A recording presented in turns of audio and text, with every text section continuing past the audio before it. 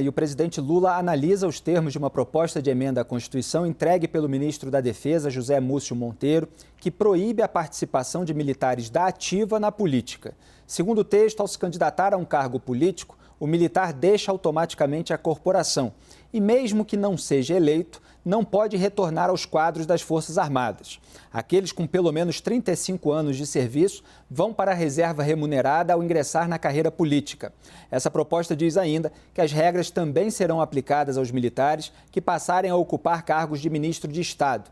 No ano passado, 1.700 militares das Forças Armadas e das polícias estaduais concorreram nas eleições. Conforme a legislação atual, os que não foram eleitos puderam retornar às atividades. Não há prazo para que Lula analise a proposta. Eu levanto essa questão para a senadora Ana Amélia. Como é que a senhora viu a presença muito forte dos militares no governo Bolsonaro e o desgaste que tiveram no debate público? Teve o episódio do Pazuello, por exemplo, o general Eduardo Pazuello, que chegou a ser ministro da Saúde na época da pandemia, de ter participado de um ato político e aí foi absolvido num processo interno, se decretou sigilo, agora a CGU do governo Lula tirou o sigilo. Quer dizer, os militares estiveram no centro de diversas polêmicas, agora mais recente o escândalo das joias, com o almirante Bento Albuquerque, que foi ministro de Minas e Energia, tendo trazido aquelas joias da Arábia Saudita para o Brasil. Tudo isso fez com que se repensasse a participação deles na política. Como a senhora avalia? Olha, eu sou uma defensora das instituições, especialmente das instituições militares. Mas creio que elas, como instituição, na medida que se politizam ou que participam da atividade, elas acabam quebrando algumas das regras fundamentais desta atividade tão importante para a segurança de nosso país e de qualquer país do mundo. Então, eu tenho preocupação, aliás, o novo ministro-presidente do Tribunal Superior Militar expressou um pouco esses aspectos relacionados à contaminação da política numa área que é prima pela hierarquia, pela disciplina e por critérios de que missão tem o militar. O militar tem a missão da defesa da pátria, da defesa do país, da questão relacionada ao desenvolvimento tecnológico no setor de alta tecnologia, através dos armamentos cada vez mais modernos, seja através do submarino, seja através de uma força aérea com os caças que foram numa associação com a Suécia. E aí você vê o grau que a instituição militar pode, nas suas diversas atividades, seja nos blindados, Santa Maria, no meu estado, é a capital dos blindados. Você pode ter um centro dentro da área de defesa como desenvolvimento do país. Então, esse é o lado que pode o militar contribuir decisivamente para um avanço estratégico da nação brasileira, que não é especificamente para defender o território, é também, mas ele tem uma missão maior, que é com esses aspectos relacionados ao desenvolvimento. Portanto, se ele tem um espaço tão amplo para atuar, entrar na política, bom, é um direito da instituição militar. Porém, talvez isso fosse reservado apenas àqueles que já estão na reserva militar e não na ativa, porque isso, de alguma maneira, vai contaminar a instituição. É o meu sentimento. Eu convivi muito com a área militar, tenho um enorme respeito, participei da Comissão de Relações Exteriores e Defesa Nacional, visitei unidades, estive na Antártica 2 vezes e eu creio que os projetos militares nessas áreas, seja da Antártica, seja do CIVAN na Amazônia, seja o submarino da Marinha, tantos outros são extraordinários, da defesa do negócio do caça sueco. Então, nós temos que trabalhar, entendê-las nessa complexidade e estimulá-las. Tenho receio, sinceramente, de que a participação na política possa, como agora, nesse processo em que Bolsonaro deu uma relevância que nunca a política tinha tido aos militares, contaminado a instituição naquilo que ela tem de mais caro, que é exatamente essa questão da disciplina, da hierarquia e também do próprio respeito da sociedade à instituição militar. Hélio Beltrão, o governo Lula quer proibir militares da ativa na política. O que você destaca? Eu acho salutar essa medida, Felipe. Eu acho que se o militar decidiu se engajar politicamente ou foi para um cargo como servidor público, ele tem que desistir da carreira de militar e ir para a reserva. Eu acho que isso é perfeitamente natural, eu acho positivo. Agora, Está se ventilando aí, Felipe, outros trechos dessa PEC e parece que há uma tentativa de alterar também o tal artigo 142, tal da GLO, que é muito polêmico. Me parece que aí pode haver um perigo, porque, pelo que o artigo indica, não dá margem para a interpretação de que se possa fazer alguma coisa fora das 4 linhas, das regras, etc. Né?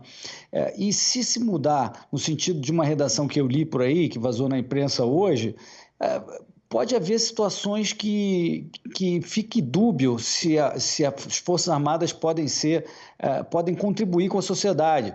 Por exemplo, o texto diz o seguinte, Felipe, deixa claro que a soberania do país contra ameaças estrangeiras, mas não necessariamente contra nada interno. Acho que haverá uma previsão de que, em caso de problemas de defesa civil, de catástrofe, etc., poderia haver, sim, uma chamada de ajuda aos militares, mas tem outras situações, tipo inteligência, assessoria, ou, sei lá, uma tentativa de terrorismo interno, eu não sei como é que fica isso. Eu não acho, de novo, que seja um problema a redação do artigo 142. Né? Então, uma tentativa de mudar vai ser, na minha opinião, ter um risco de ser problemática, claro, e vai ter a oposição, provavelmente, dos militares. Só para concluir, eu não vejo que os militares necessariamente tenham se politizado. Eu entendo que cada militar tem lá sua visão de mundo, tem sua opinião política, etc. Para a gente dizer que as Forças Armadas se politizaram, a gente tem que medir essa frase pelos seus atos. E eu não vi atos das Forças Armadas demonstrando que elas efetivamente agiram no sentido de sair da sua função e tentar beneficiar X ou Y. Eu, honestamente, não vi isso. Então, eu não considero que as Forças Armadas foram politizadas. Há até outras instituições, na minha opinião, da República, que estão mais politizadas que as Forças Armadas. Então, eu queria só fazer esse ponto aí no final. Obrigado. Raquel, houve um debate até interno no governo se valeria a pena deixar tramitar no Congresso Nacional um projeto para esclarecer de vez o artigo 142, para não deixar nenhuma margem para a interpretação bolsonarista de que o povo pode pedir para as Forças Armadas darem um golpe de Estado. Mas isso é um outro pacote? Então, vamos esclarecer, que eu acho que o Hélio ficou com essa dúvida e deve ser a dúvida do público também. São 2 propostas de emenda à Constituição diferentes. Tem uma proposta de emenda à Constituição que está sendo patrocinada pelo PT, pelo deputado Zanatini, que trata da mudança do artigo 142, que é esse artigo que é tão polêmico, né, que daria pretensamente, não é isso, daria às Forças Armadas o tal poder moderador, e também trata da questão de que militares na ativa não possam participar da política. Os militares não queriam a tramitação desta medida neste momento. Eles entendem que o artigo, como está redigido, e a opinião deles é a de muitos juristas, ele não dá margem para essa interpretação. E também isso era visto dentro do governo, que você ia acabar aproximando militares e oposição. O ministro José Múcio, então, faz um movimento com o aval do presidente Lula e do ministro das Relações Institucionais, Alexandre Padilha, e redige uma outra PEC, em que ele tira só esse pedaço da tal despolitização das Forças Armadas, que é simplesmente você impedir que militares, quando entrem na política, continuem na ativa. Se eles entrarem na política, eles têm que passar para a reserva. Então, nós temos 2 PECs diferentes, né? Não ainda tramitando a PEC patrocinada pelo Ministério da Defesa, que é essa que trata especificamente desse assunto, está nas mãos do ministro Padilha. O ministro Padilha que vai dar um encaminhamento para ver como que isso vai ser tocado. A informação que eu tenho, a PEC patrocinada pelo PT, que mexeria no artigo 142 todo, tem a resistência da área militar.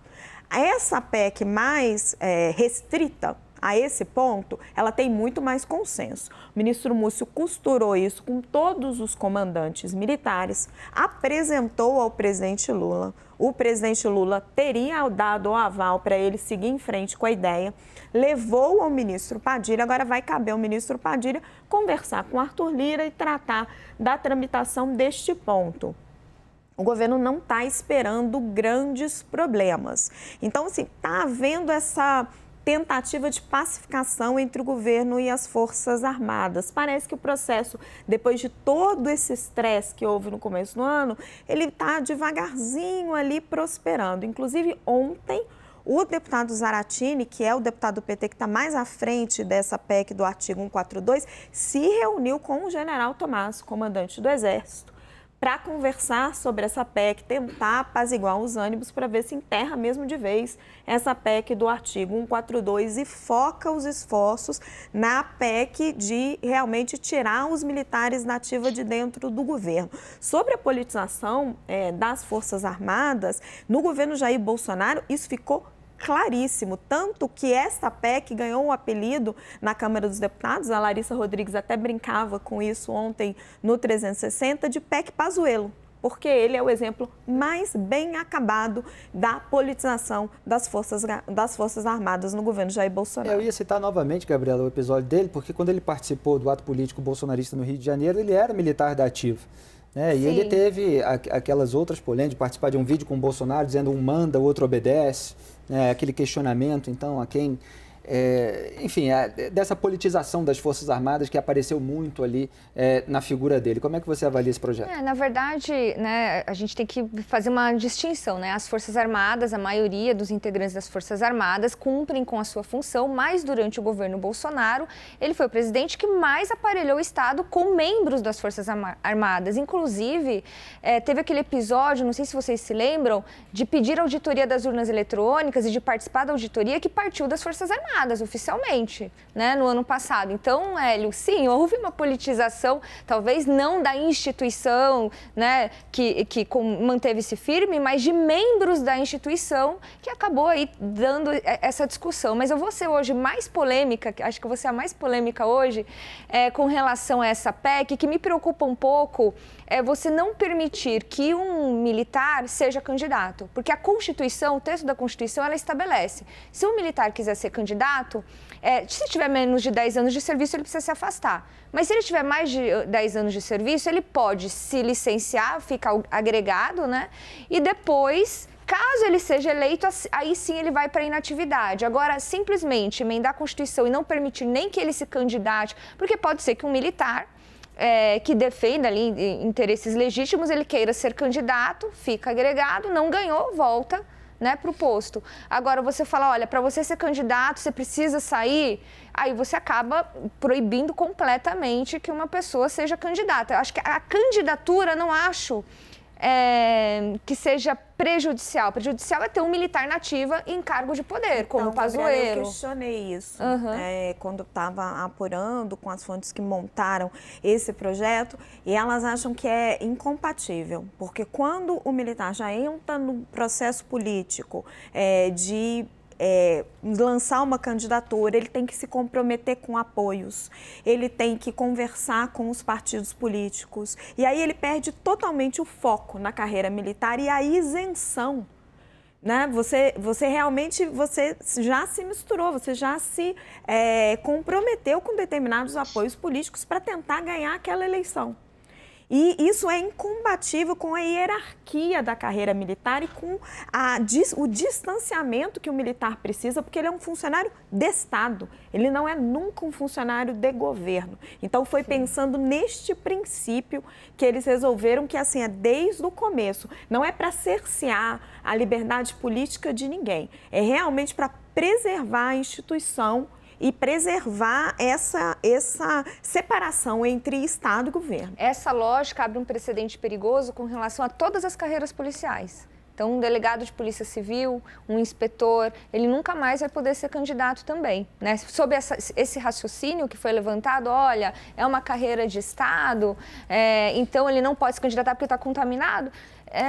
Não sei, acho que todos nós temos, fora das nossas profissões, nós temos anseios políticos no sentido de, olha, eu sou defensora, né, falei ontem que eu sou vegetariana, sou defensora dos animais, então se eu posso ter outras ambições que não seja só ser uma advogada. Eu sou defensora, adoro os animais, o meio ambiente, essa é uma pauta que me... Então, por que não ter um policial candidato que é defensor dos animais e isso vai contaminar a carreira dele? Talvez Eu tenho medo só dessa questão do direito político, entende? Mas é que em algumas profissões isso é incompatível, porque você perde a credibilidade. Você se compromete, mesmo que seja numa campanha com um lado político, e depois você tem acho que a senadora pode falar melhor do que eu, porque ela foi jornalista. Mas assim, você vai, se compromete, depois você tenta voltar para o jornalismo, alguns fazem esse caminho, mas é muito delicado. Acho que a senadora pode explicar melhor do que eu. A Raquel abre espaço para lembrar 64, a maioria de vocês são muito jovens, mas terminado o regime militar, o que aconteceu? A busca dos líderes militares, especialmente do Exército, que é a maior força, a força que tem, historicamente, a maior participação na política do nosso país, na história do país, é o Exército. Então, logo nos estertores do fim do regime militar, qual foi o sentimento que graçou entre os comandantes, entre as lideranças militares? Voltar imediatamente à caserna. E aí houve um silêncio, aí houve um retorno à caserna, um recolhimento, um recolhimento necessário para preservar do desgaste provocado pelos anos de poder do regime militar. Então, agora, vivemos esse dilema novamente, e essa discussão abre de novo pós um desgaste que, pequeno ou grande, os militares tiveram, foram citados aí os casos mais rumorosos, mais evidentes, mais claros. Não se quer, com isso, impedir que temas relacionados ao interesse dos militares não seja tratado no âmbito político, absolutamente, mas é plausível. É claro que se você for falar em isonomia, outras carreiras de Estado, o Ministério Público pode ser candidato e voltar para o exercício do Ministério Público, em outras carreiras também do mesmo funciona, foi citado aí as polícias militares, mas são instituições com naturezas distintas das Forças Armadas representadas pelo Exército, Marinha e Aeronáutica. Então, acho que é bom lembrar esse episódio histórico para ver novamente o que a instituição está enfrentando e as palavras dos seus comandantes generais, do risco de contaminação em relação ao que a política pode fazer na carreira. E aí que foi bem lembrado pela Raquel. O militar, ele tem uma missão, ele quando entra na carreira militar, ele assume um compromisso. Da mesma forma como agora, por exemplo, eu fui contra a PEC que permitia no Senado que um eleito senador, pudesse, sem perder o mandato, ser embaixador do Brasil num país qualquer. Ora, o diplomata brasileiro é muito preparado. O Instituto Rio Branco é respeitado no mundo inteiro. Então, hoje você faz uma carreira para chegar. Não é fácil chegar a embaixador. É uma disputa e tal. Então, o que acontece? Se você dá ao senador eleito, e ele foi eleito para desempenhar o mandato, não é para ser embaixador. Para ser embaixador, teve que estudar muito para ser diplomata, falar várias línguas, ser preparado em política externa, tudo. Então, eu penso que se a gente for abrir o leque para esses direitos aí, para esses interesses corporativos, nós vamos estar criando aí uma disfunção do próprio funcionamento do Estado brasileiro e dessas carreiras de Estado que nós temos tão importantes, como é o caso das Forças Armadas, como é o caso da diplomacia brasileira.